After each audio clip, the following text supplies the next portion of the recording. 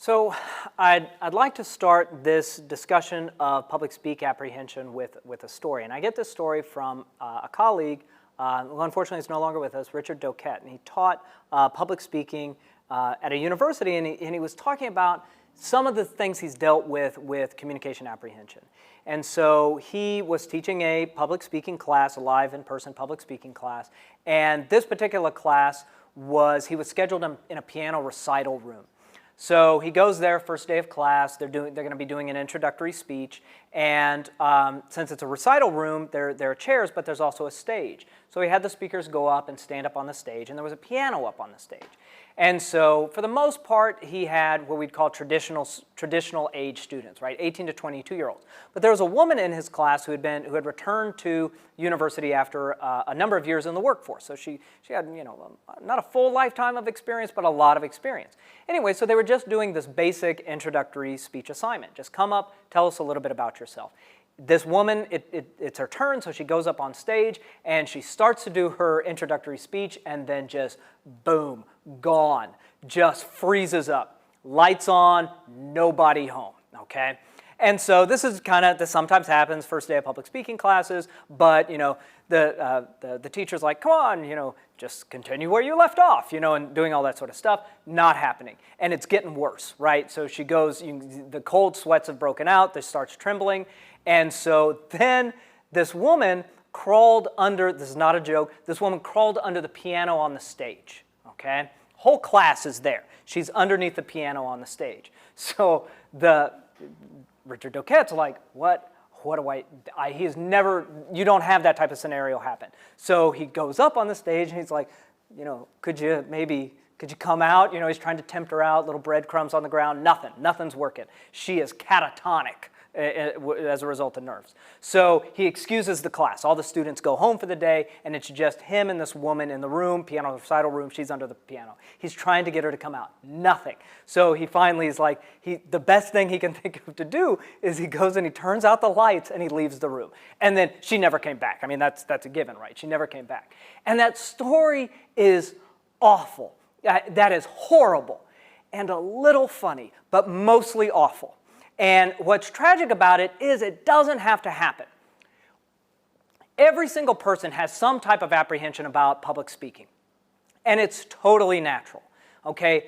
Public speaking we're the only animals that do this, right? So you don't see dogs out there, gathered. There's 5 dogs and one standing up. And guys, before we play poker, we got to talk about the cat situation. I got one in my house. Larry's got one in his house. Okay, this is bad. You don't see that. We're the only animals that do this. Okay? And so it's entirely natural that we are apprehensive about some type of face-threatening act like this. Okay? So what I want to be doing today is talking about what causes public speak apprehension and some of the techniques that you can use to negotiate this feeling of apprehension, okay? Or to channel it in positive ways. Let me say at the outset, I don't know who started the whole picture your audience in their underwear. I once had somebody call me, and he was writing a book on public speaking, and he had questions for me about, well, do you know where this started? How it emerged? I have no idea. I think it's a great thing to track down. There's no other fearful scenario in which we suggest that. I'm terrified of bears. Have you pictured one in a thong? Yes. Now I'm terrified and slightly aroused. So, we don't do that with other stuff. So why would we do that with public speaking?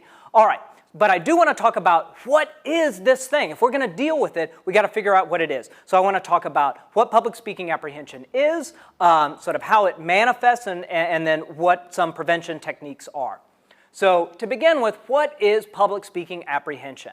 Well, there are large, some people have general communication apprehension, sort of social nervousness, but we're talking specifically about the apprehension that's associated with standing up to deliver a presentation.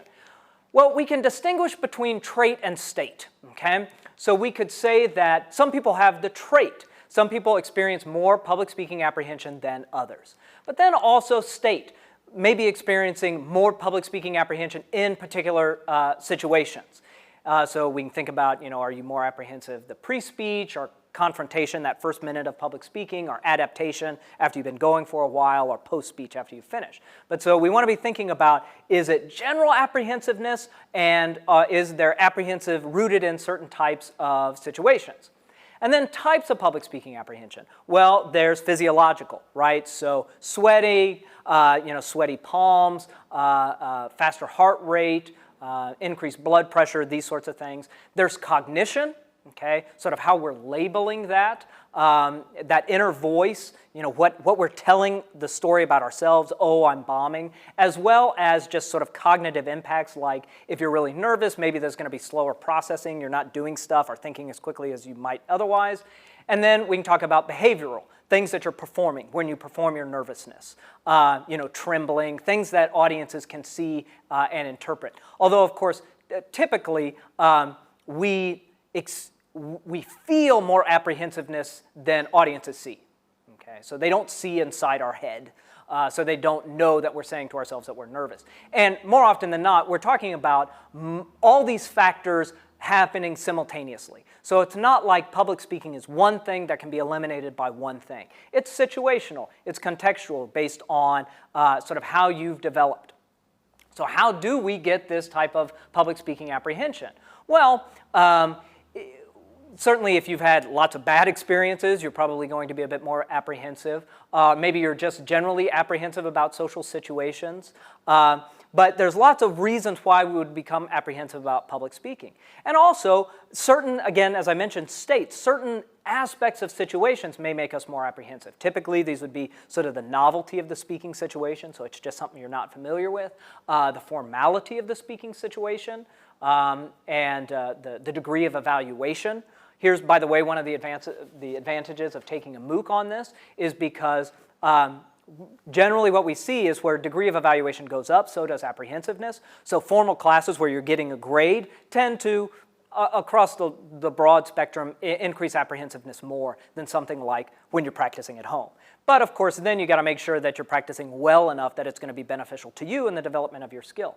So all of these come to bear. So in terms of formality, right, I feel very comfortable doing speeches to huge audiences, no problem. 10 students, 100 students, 1,000 students are audience members. I love big audiences, so that's not what gets it for me. But formality and novelty of speaking situation, I can still get apprehensive. So for example, I'm here at the communication department. At the end of each year, we graduate just a ton of communication majors, and we have our own graduation ceremony. At that ceremony, I have to read people's names, and I dread this all year because formality is huge. I'm up there in my formal robes, and a degree of evaluation is massive, right? I don't want to screw up someone's name when their family's there, right? Nothing would be worse than getting your degree and having the professor you liked mangle your name and just perform for everyone that they don't know who you are.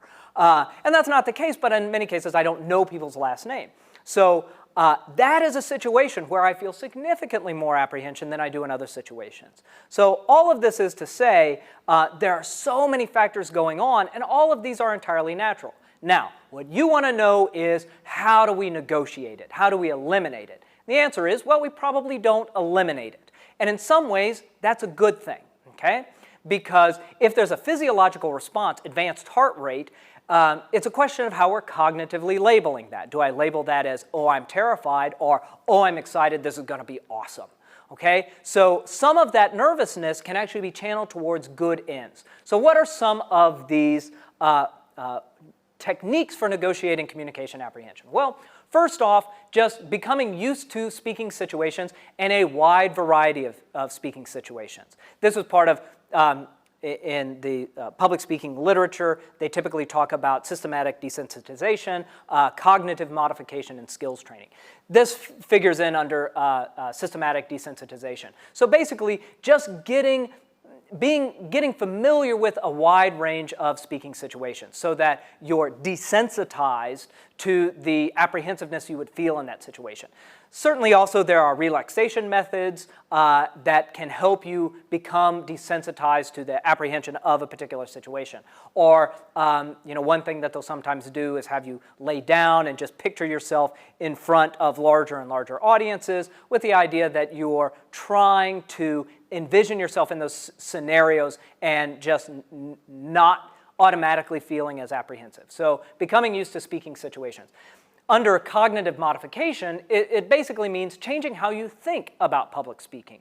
Now, in last week's lectures, we talked about communication and performance orientation. This is one of the ways in which we are going to be doing this. One of the ways in which we're going to be changing the way you think about public speaking is through this communication orientation, meaning don't look at that public speaking situation as an overly formal scenario where if you say one word wrong, you are wrong and you're bad and maybe a little evil. So we're not doing that. We're thinking about how can we speak more conversationally, and this changes the approach to communication and to that public speaking event. You're just talking with the audience.